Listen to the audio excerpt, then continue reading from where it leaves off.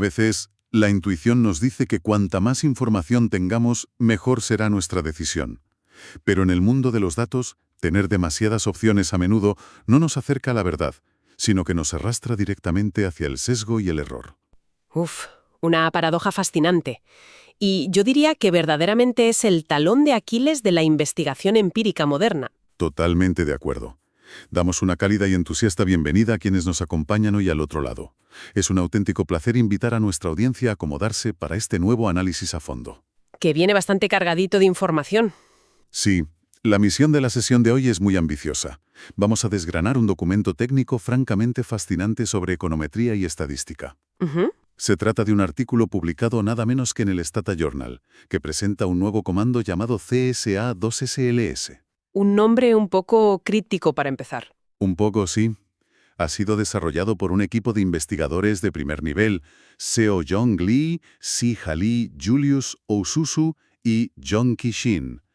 Y, hay que decirlo desde ya, este documento ofrece una solución absolutamente brillante a un problema clásico de la economía aplicada. Bueno, a ver, permítaseme un poco de escepticismo inicial aquí para rebajar un poco la euforia. Adelante, adelante. Llamarlo solución brillante podría ser un poco apresurado.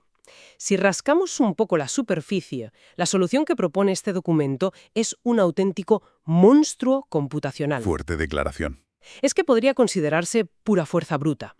Pura fuerza bruta, matemática, más que algo elegante. Vale, el debate está servido. Para entender exactamente de qué estamos hablando tenemos que ir a la base, a la sección 1. Comprender el dilema de la abundancia. Que es la raíz de todo esto. Exacto. Hablamos del estimador de mínimos cuadrados en dos etapas, el famosísimo 2SLS, Una herramienta vital. vital en economía, para encontrar causalidad real. Para ilustrarlo a quienes nos escuchan, imaginemos que intentamos medir si tomar café alarga la vida. ¿Vale? Pero resulta que quienes toman café también tienden a fumar. Claro. Ahí hay una variable de confusión enorme, el humo del tabaco. Eso es. Así que necesitamos una variable que llamamos instrumento. Por ejemplo, el precio de los granos de café en el puerto. Algo que afecte al consumo de café, pero que no afecte directamente a la salud de la persona. Un enfoque clásico de libro de texto. El problema viene con lo que la literatura llama los muchos instrumentos. Teóricamente, cuantos más instrumentos usemos en el modelo, mejor. Asintóticamente hablando, claro. Con una muestra de tamaño infinito, todo es perfecto y maravilloso. Pero en la práctica no tenemos muestras infinitas. Con muestras finitas entra en juego un grave conflicto. El temido intercambio entre sesgo y varianza.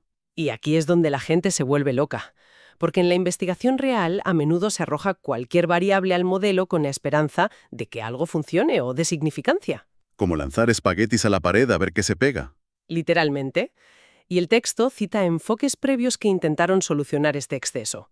Por ejemplo, mencionan a Donald Inouye, de su trabajo del 2001. Que propusieron elegir el número óptimo de instrumentos. Sí, pero fíjate en la trampa empírica ahí. Esto exige saber de antemano el orden de importancia de los instrumentos, Claro, de mayor a menor relevancia. que es algo casi imposible en la vida real. Si supieras qué variable es más importante antes de hacer el estudio, casi que no necesitarías hacer el estudio. Totalmente inabarcable. Y luego también citan a Quersteiner y O'Quib del 2010 que proponían promediar modelos. Otro enfoque problemático. Porque calcular esos pesos óptimos para promediar añade un montón de parámetros extra al modelo.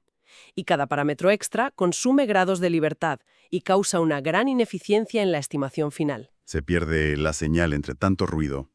Exactamente. Vale, vamos a desempacar esto, porque aquí es donde entra la propuesta principal del documento. La gran idea de Lee y Shin del 2021, el CSA2SLS. ¿Qué significa? Promedio de subconjuntos completos. Eso es, en lugar de adivinar qué instrumentos importan o qué peso estadístico darles a cada uno, este método toma todos los subconjuntos posibles de un tamaño determinado, digamos un tamaño K. Todos. Absolutamente todos. Todos. Y los promedia usando pesos exactamente iguales. Y ahí está la clave. Para que la audiencia lo visualice, es como un jurado democrático. En los métodos antiguos, perdíamos un tiempo enorme decidiendo qué miembro del jurado era el más inteligente para darle un voto que valiera el triple. Lo cual siempre genera errores de cálculo. Claro. En este método simplemente se le da a cada miembro del jurado exactamente un voto igualitario. Todos valen lo mismo. y el artículo demuestra que esto reduce enormemente la pérdida de eficiencia. A ver, lo que resulta fascinante aquí y a la vez preocupante es el coste oculto de todo esto. El coste computacional, ¿te refieres? Sí, la factura que paga el procesador. El documento admite abiertamente que el tamaño de estos subconjuntos crece en un orden de 2 elevado a k. Es combinatoria pura. Los números se disparan rápido. Se disparan a un nivel absurdo. Si un investigador tiene 20 instrumentos en su base de datos, estamos hablando de que el ordenador tiene que calcular más de 1 millón de modelos distintos. ¡Madre mía! ¿1 millón? Más de 1 millón de estimaciones para promediarlas después. Yo me pregunto si esto es realmente un avance metodológico fundamentado o simplemente es una rendición ante la capacidad bruta de los ordenadores modernos. Bueno, yo lo defendería argumentando que el fin justifica los medios. Si el método elimina el sesgo humano al seleccionar variables, bienvenido sea el millón de modelos. Ya, pero someter a una máquina a ese estrés por no saber elegir variables suena un poco tosco. Tosco o no, los autores lo han convertido en un comando funcional en Stata.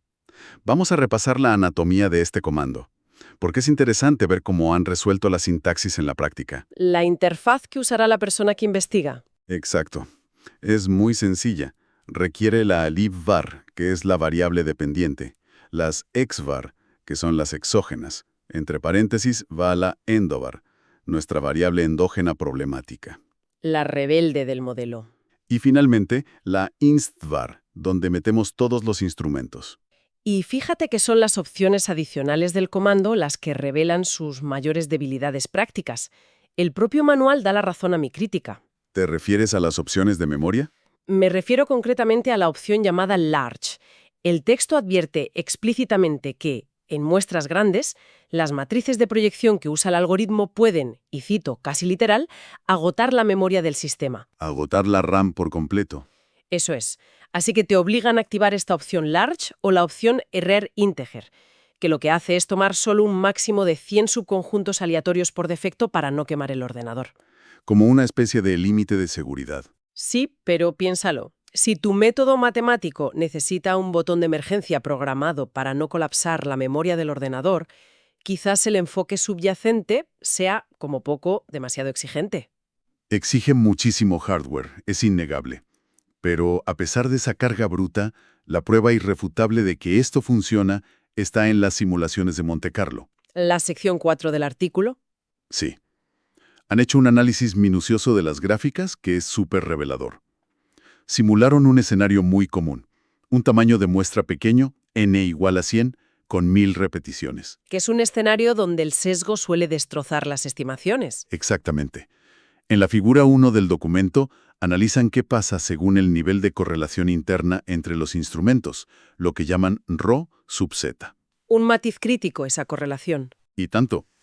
Fíjate, cuando los instrumentos son completamente independientes entre sí, con una correlación de 0, el 2SLS tradicional y el nuevo comando CSA2SLS rinden casi igual. Las líneas se solapan. Claro, en un mundo ideal sin correlación no hace falta tanta fuerza bruta. Pero aquí es donde la cosa se pone realmente interesante. A ver. Cuando los autores suben la correlación entre los instrumentos a 0,5 o a 0,9... Que es súper común en la vida real. En microeconomía, casi todas las variables se pisan entre sí. Es lo habitual, sí. Pues en ese escenario de alta correlación, el estimador tradicional, el 2SLS, fracasa estrepitosamente. A medida que aumenta el número de instrumentos en el eje horizontal, su sesgo se dispara hacia arriba, pierde totalmente el control. Colapsa hacia el error de mínimos cuadrados ordinarios. Exacto. Queda retratado como el peor de todos. Sin embargo, en esa misma gráfica, la línea del estimador por promedios, el CSA2SLS, se mantiene completamente plana. Plana como una tabla. Con un sesgo casi nulo. Y además, su error cuadrático medio, el MSE, es significativamente inferior a partir de 10 instrumentos. A ver, ante estos datos empíricos tengo que conceder el punto. Hay que admitir la validez del método. Es que la gráfica es demoledora. Sí, a pesar de toda la crítica sobre la fuerza bruta computacional y la RAM, ver cómo la línea del sesgo se queda plana frente al desastre del 2SLS tradicional es increíble. La corrección del sesgo es simplemente demasiado buena para ignorarla cuando hay alta correlación. Es un salvavidas estadístico. Lo es. Compensa el tiempo de procesado extra, sin duda. Y para que no quede solo en simulaciones abstractas, El documento cierra con una aplicación a un caso real, en la industria del automóvil. El famoso estudio de Berry, Levinson y Pakes, el BLP del 95. Un clásico absoluto de la organización industrial. Intentan averiguar la elasticidad de la demanda respecto al precio de los coches. Y claro, el precio es la variable endógena. Porque el precio no se fija en un vacío. Depende de 1000 factores no observados del coche. Para resolverlo, usan 10 instrumentos clásicos basados en los coches rivales. Variables como HPWT, que es el ratio peso-potencia, la variable Air sobre el aire acondicionado, MPD, de millas por dólar, y Space, para el espacio interior. Y el detalle empírico aquí es interesantísimo. Esos 10 instrumentos están divididos en 2 grupos. Y dentro de cada grupo, la correlación interna es altísima. Altísima. El documento muestra coeficientes de correlación de entre 0,69 y 0,99. Es un nivel de multicolinealidad extremo. Casi perfecto. Es el escenario caótico que mencionábamos antes hecho realidad. Y el verdicto empírico es espectacular. El comando procesó la matriz y encontró que el tamaño de subconjunto óptimo, la variable K, era exactamente 9. Ese es el detalle que subraya la brillantez de aplicar esto en la vida real. Demuestra que no bastaba con meter los 10 instrumentos de golpe, que habría generado un sesgo enorme. Ni descartar variables a ojo. Exacto. Aplicar este promediado sistemático excluyendo una variable cada vez y promediar con pesos iguales fue esencial para estabilizar el modelo en un mercado real tan complejo como el de la automoción. Una validación impecable de la herramienta empírica. Bueno, después de este recorrido técnico tan intenso, vamos a estructurar un bloque de conclusiones claras. 3 grandes aprendizajes de esta conversación. Venga, vamos con el primero. Primero, ha quedado sobradamente demostrado que el uso de muchos instrumentos en econometría crea un peligroso aumento del sesgo. Es una trampa enorme en la que es muy fácil caer cuando se investiga. Creer que más datos siempre es mejor. Exacto, el espejismo de la abundancia. Segundo gran aprendizaje.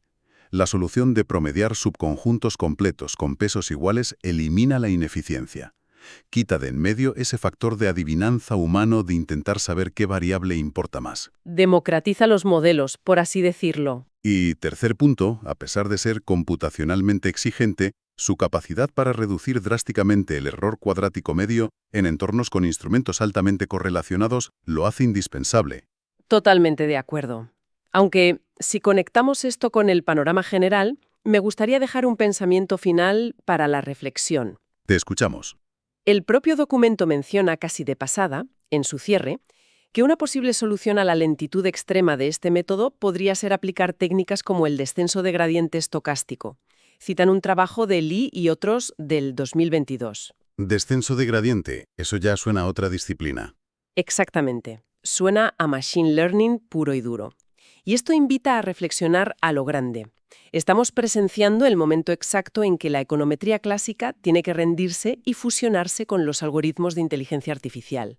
Simplemente por una cuestión de capacidad de cálculo. Sí, simplemente para poder procesar matemáticamente las monstruosidades teóricas que la propia econometría ha creado. Es como si los ordenadores estuvieran forzando una evolución en la metodología estadística. Una reflexión final verdaderamente provocadora para cerrar la sesión de hoy. Agradecemos profundamente el tiempo y la atención prestada a este análisis tan exhaustivo. El deseo es que todas estas ideas, advertencias empíricas y nuevos comandos sirvan para cuestionar de forma constante cómo se analiza la información en el día a día. Ha sido un placer acompañar a nuestra audiencia por los entresijos de los datos. Hasta el próximo análisis.